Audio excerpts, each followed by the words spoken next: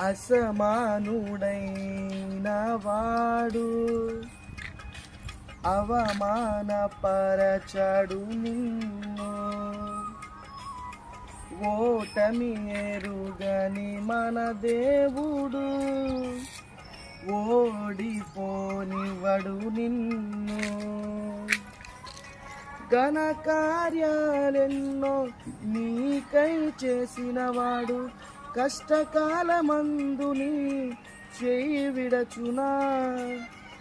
అసాధ్యములెన్నో దాటించిన నాదుడు శ్రమలో నిన్ను విడచిపోవునా.